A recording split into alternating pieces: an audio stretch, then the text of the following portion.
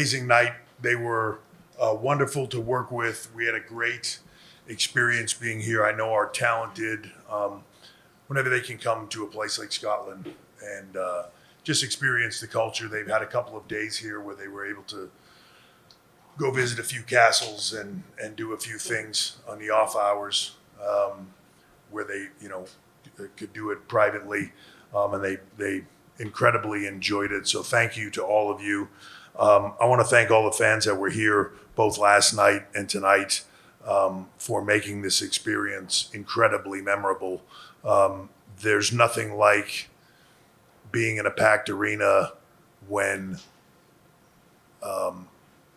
fans are that excited for you to be here and for you to perform for them. And I've said this, I think I did anyways yesterday. We give our talent, go out there and they give you everything they have. They leave it all in that ring. And it's wonderful when the fans come and they do the same thing. They just leave everything that they have in that arena and just have the greatest time. That's what we're here for. And thank you for all of you being here tonight. We experimented tonight with a decibel meter, if any of you saw that, which I think will be a fun experiment to go down. It was very loud.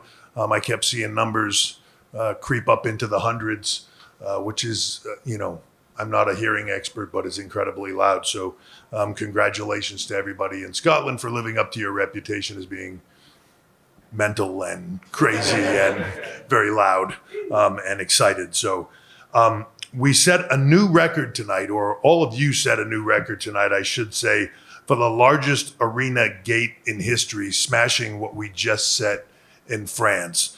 We had 11,391 fans here in attendance tonight, but when you crush a record a little over a month ago or so and come here and just surpass that, that's exciting. And it's a really exciting time right now for all of us to be part of this sort of just moment in time where we're just expanding so much globally. WWE has always been a global product, but we're in the middle of an international run like we've never really done before just in the last few months, from Perth, Australia to Lyon, France, to Jeddah, Saudi Arabia, to Scotland here tonight. We're heading into Toronto next month for Money in the Bank, or 3 weeks from now, Money in the Bank, and then Berlin at the end of summer. So a spectacular international run, and I got to tell you, none of you have let us down, so thank you very much for that. I think you'll also expect to see that continue as we move into our existing partnerships with NBCU, but as we move into our partnership with Netflix in January, and I'm not sure how many accurately understand this, but when we move to Netflix in January, 80% of the globe will immediately get all WWE programming at that time. So they will be able to see all the PLEs, Raw, SmackDown, NXT, all of it on Netflix, 80% of the globe in January. So that's a massive sort of game-changing moment for all of us in WWE, and very exciting. Also, for all of you here, we will be back to the UK and Ireland this fall, England, Wales, Ireland, starting in mid-October. So international run continues and is very exciting. As for tonight, I'll just run through the card really quick. Cody and AJ was just spectacular, was everything that I thought it would be. Two of the very best in the world, doing what they do at a level that very few can. And there was a big learning from me in that match tonight, which is never mess with Cody's mom. Because she is, as much as I knew she was a badass, I don't want to get slapped around by her, and I don't want her cussing me out. So hats off to Cody's mom. The women's tag match, Alba and Isla were out here before. I'm sure most of you are aware about Alba having a tragedy in her life just very recently, and a very tough emotional time for her. I was extremely happy for her tonight to be able to have this moment, that it was able to work out, and that, quite frankly, she was able to perform. under those circumstances the way that she did. And I also want to stress one thing, that it is not the reason. Because I think a lot of people might think that, oh, well, they did this because. We didn't do that because. They are incredibly talented women, both of them, and incredibly deserving of the honor that they had tonight. It has zero to do. I'm happy for that, that it was able to happen. But I just want everybody to understand that it had zero to do with that. Sometimes when you're in a position and you cannot raise all boats at once, no matter how badly you want to, in the job that I'm in, that our creative are in, sometimes it just takes time. And sometimes you just need a spark, or you need the right moment. I think tonight was that spark. I think tonight was that right moment. But it was for all the right reasons that they have worked so hard for and so rightly deserved for both of them. Speaking of that same sentiment, Bayley and Piper, Bayley is always, she's like a constant here. Sometimes doesn't always get her flowers given to her, but is a constant and is one of the absolute best in the world. Also, happens to be her birthday today. So if you run into her, don't be afraid to sing and embarrass her. There was a moment tonight at Gorilla Position where there was a clog of women and talent singing happy birthday to Bayley when she came back from the ring, which was a nice little moment. But Piper Niven tonight showed up in a way that she needed to, and in a way that I knew that she could. She is another talent that just needed that time and that moment, and now she's had it. And while she didn't win the title tonight and didn't beat Bayley tonight, the showing that she had, in my mind, catapults her to another level. And now it's on her to capitalize on it. It's on us to capitalize on it. But to me, that heads her in a different direction. So very, very excited for her, and an incredible performance. Sami Zayn, just another guy, I think, almost incapable of having a bad match or a bad story or a bad creative run. And Gable, Chad Gable, proving again, he's just one of the best pure athletes that we have on the roster and in the world. His athletic ability, the things he brings to the table are second to none. He's an incredible performer. Needs to focus a little bit more on what he can do and a little bit less on the others around him. And I maybe don't mess with Otis quite so much, because I feel that coming, and that's a mass of humanity I don't think I want landing on me anytime soon. But Gable, again, showing up tonight and just taking it to another level, which I'm very happy for him and excited that he is going to be where he should be, which is here in the WWE for a long time to come. And then, as was just being discussed, Damien Priest, Drew McKintyre. Drew, with all the momentum in the world of an entire country behind him here, of his people, just wanting to see him be victorious, putting on an incredible performance. And Damien Priest, I heard him out here, and he has a right to be angry about it. He has a right to be where he's at and be busting his ass week in and week out to earn the spot that he is in, and having people question it. But I've known him for a while now, and what he set up here is there's nothing he likes better than shutting people up. So when people question him, I think he's going to do what he did here tonight. He's going to show up and he's going to shut people's mouths. And he is going to prove to them long term that the guy that won the championship, that everybody said maybe that's not the right move, or maybe he's just a transitional champion, or maybe he can't hang at that level. He's going to prove all of you wrong. And I know he's going to do it. And he's happy to do it. And I'm happy for him to do it. He's an incredible talent. He's been doing this a really long time, and sort of finally getting in that spot where he can really show what he can do. And when you look at him from 3 months ago to the performer that he is today, the aura that he has, the X factor that he has grown incredibly, and I'm very happy for him, and I think there's big things to come in the future. And then let's talk about CM Punk for a second. It's a long way to fly just to be an angry man. I think, and I could be wrong, but I think it might have something to do with his sugar intake. He's always eating donuts or muffins or something that don't seem to be good for him. And I think it messes with his psyche. The one good thing is he is healing. I think he will be back soon. Obviously, you haven't seen the last of him. He is a man that will hold a grudge. He will see that grudge through to the end. But he mentioned some things up here, and there is a change, and there is a new era, a new atmosphere, a new all those things. And yes, absolutely, in some ways they are things that he was asking for and started a long time ago.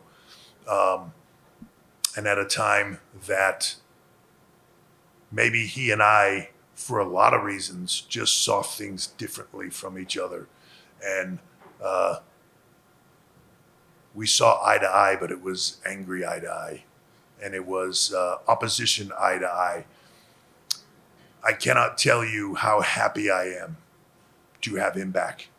I cannot tell you how exciting it is for me to see the Phil Brooks that I wanted to see then. And while maybe my efforts to get that were taken wrong and it's what led to friction, I always knew the Phil Brooks that I see today was inside there. Just couldn't express it in the right way. So as much as this has changed, he has changed. And I've got to tell you, it's amazing. And I'm excited, and I'm excited for the future, and I'm excited to not just work with him, but just to be around him. He's a pleasure to be around in that locker room. He's a pleasure to be around as a performer.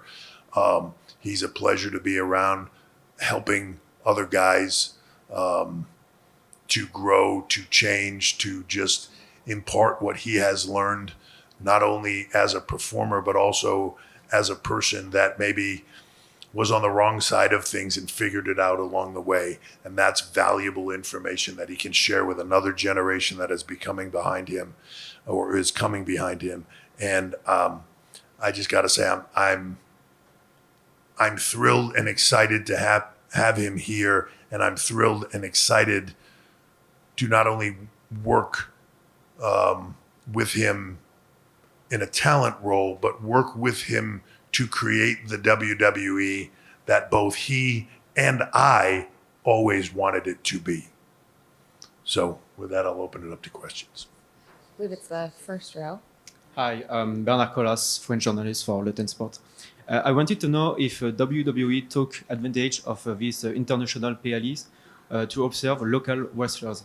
I know, for example, in France, some of the best French wrestlers were in part of the security team during the KO show. So does that mean WWE might be interested by them? Thank you. I don't know if you've noticed it, but security teams at Raw, SmackDown, and other shows tend to make the best wrestlers in the future. Sheamus, a lot of these guys were all security people, and then it blew up for them and they became huge successes. It's I don't know what that is, but it works out wonderfully. Look, part of my job, Shawn Michaels' job, William Regal's job is ensuring the future. We have a massive team. Part of that future is knowing who is out there globally, domestically across the U.S., knowing who's out there in working independent promotions or whatever it is, everywhere in the world, and know who's out there and know who's worth something.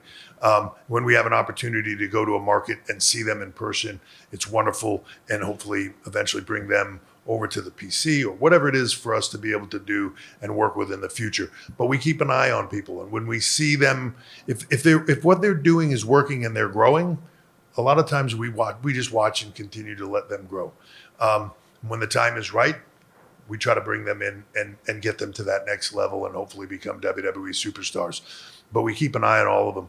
I do believe that you will see a lot of announcements on that in the very near future, domestically and internationally, of things that we are doing to take talent recruitment and the development of talent to another level. Hi, I'm Frank Allen from BBC News. So tonight was iconic, like, well done. It was the first PLA in Scotland. Can we expect perhaps more in the future in Scotland and perhaps on a bigger scale like Murrayfield? So I've said this in the past, we are going to all these markets. When you show up like Scotland did tonight, are we going to come back? Hell yes. Is it going to bigger? Let's see, right? Like, how big can we make it? That is the challenge globally, internationally, everywhere, is to go to the places that are the biggest and the loudest. We even brought a monitor now to be able to say, like, oh, no, you were louder. We're WWE is big all over the globe. It's everywhere. Where are the places that we want to go the most? Where are the places that want us to go the most? To go there the most, and then also what are the places that our partners internationally, like Netflix, would love us to go to and increase business there for them. So it's a partnership all the way around. It's a partnership with us, with you, with Netflix, and we're going to continue to grow that and continue to deliver to fans the excitement that they want to see and show up and go crazy for. Hi, Paul. Colin Lamont here with the Scottish Sun. A few years ago, you appeared on an ICW show with Dallas, and we got to see, obviously, Scottish talent there. I know Drew was one of the big trailblazers, and now we have so many people. We have 2 new champions that we crowned tonight.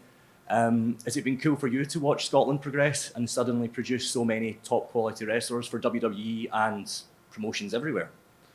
Absolutely. I've, over the years, and there's been reasons for it to happen and reasons for it to stop behind the scenes and all of those things. But I've always had an interest in trying to make WWE and wrestling in general bigger globally, to encourage. To me, when a kid sits at home on a day like today and he watches Drew McIntyre or she watches Elba and Isla or Piper Niven or anybody like that, and they say, wow, they're from here, like me, they're just like me. Man, if I work that hard and I go after my dream, I can do this too. When you can do that globally, worldwide, whether that's France, whether that's the Middle East, whether that's Japan, any place where you can begin to have that next generation, because that's what it starts with. That's how it started with me, is a kid that sits and watches it and one day goes, I have to do that. I have to do that. If we can cultivate that, where people in those countries, in those markets, begin to see their future in front of their eyes, that's game-changing stuff for me. So was I excited to come here years ago, for IW, Mark Dallas's promotion? When we talked about that and I was going to show up, he was like, you're kidding me. Yeah, I love doing that stuff, and I love being able to put a spotlight on that and hopefully find more talent from that. And we'll hopefully just continue to grow that in the future. Hi, Paul. Scott Felstead from Muscle and Fitness. Congratulations on another blockbuster event. We mentioned Damien Priest earlier, and I was just wondering if it brings back memories for you, because unlike kind of boxing and MMA where somebody gets injured and that might end the fight, in a pro wrestling match, there may be 10, 15, 20 minutes and a story to do. And that takes a lot of heart. And I think wrestling should get a bit more respect for the amount of heart that people show when it's a full contact sport, as CM Punk said. I wonder if it brings any memories back for you and if you've got any thoughts on that. Yeah, not good ones. Yeah. I've been in that situation before where, it as he said, it's full contact sport. The injury rate is 100%. No one gets out unscathed, and they might have a long run of it. But you're going to leave here with some issues, with some aches and pains. It's just a part of the game, but it's part of what we do and why we love it. When I saw that happen to Damien, my heart jumped out of my chest. I didn't see any way that he wasn't injured. And when I got word that he says he's fine, which adrenaline is a hell of a drug. You seem fine in the moment. I'm really hoping when I leave here, I'm going to get good news because while he's walking around okay now, I'm sure adrenaline is carrying him through that. So there's such a fine line between what we do being safe, what we do not being safe. There is a risk to reward ratio every single time you get in that ring. It's the truth is it's why we try to emphasize storytelling, right? Because everything else is special effects to a degree. And you've got to take the risks when you can and not take them when you can. And you want to be in this for the long haul, not the short. So, it brings back memories. I can relate to it, and I certainly hope he's okay. But it's part of what we do. Don't try this at home. Final question of the evening goes to James. Hi, James D'Lo from Gorilla Position. Congrats on tonight. Thank you. You mentioned Chad Gable earlier on. We were lucky enough to have him on our show this morning, and he sort of revealed to us, as you say, that he has indeed re-signed with WWE, chosen not to go elsewhere. And the reasons he gave, he said he respected your vision for the product, but crucially, it was because you kept your promises you made to him pertaining to his career and the growth of his career. Can you kind of speak on the conversations you had with him about that and why he's such a special talent?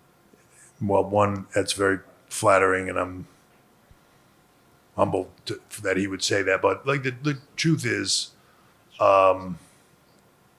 he's an amazing performer. I would like for him to be here forever, for him to be able to perform at the highest level, be seen by the most people, have an incredible career, leave here as healthy as possible. But the environment has changed, and he is a part of that change. So to me, it would have been a shame. I would have been sad if he had been here all this time and he just, went elsewhere for whatever reasons. I would have been happy for him if that was right for him. And I would have wished him incredible success wherever he went. That's a part of the game. It's a part of this business. But he's an incredible performer. And, as far as the conversations we had, that's not mine to talk about. If he wants to talk about him, that's his business. But it's not mine to talk about. I'm just thrilled he's here. I'm thrilled he's where at home here where he should be. And I can't wait to, like I said about CM Punk, we're all doing this together. That's what's great about this. There's a unified movement that everybody seems to be loving, and we're all headed in the same direction. It's just a massive movement of positive, excited, young talent, and some older that are looking to run through a wall to take this to another level, as big as it is, that are looking to make this beyond anybody's expectations of what it can be. And I think that mindset, especially people like Chad, Chad came up through the PC and we've worked together for a long time. So I know what his expectations are because we helped put it in him. And I'm just thrilled that he's here and excited to move forward with him. Well, Paul, congratulations on a historic evening here tonight, and safe travels to Corpus Christi, Texas for Monday Night Raw. Yeah, thank you very much. I think after tonight, Corpus should be interesting. I would imagine Drew McKintyre will be there, as will others. So it should be quite interesting. And as always, we start the next chapter and the next page. It's an exciting time. So hopefully I'll see you all at Money in the Bank. Thank you for being so excited and your hospitality while we were here, and we'll see you down the road. Thank you.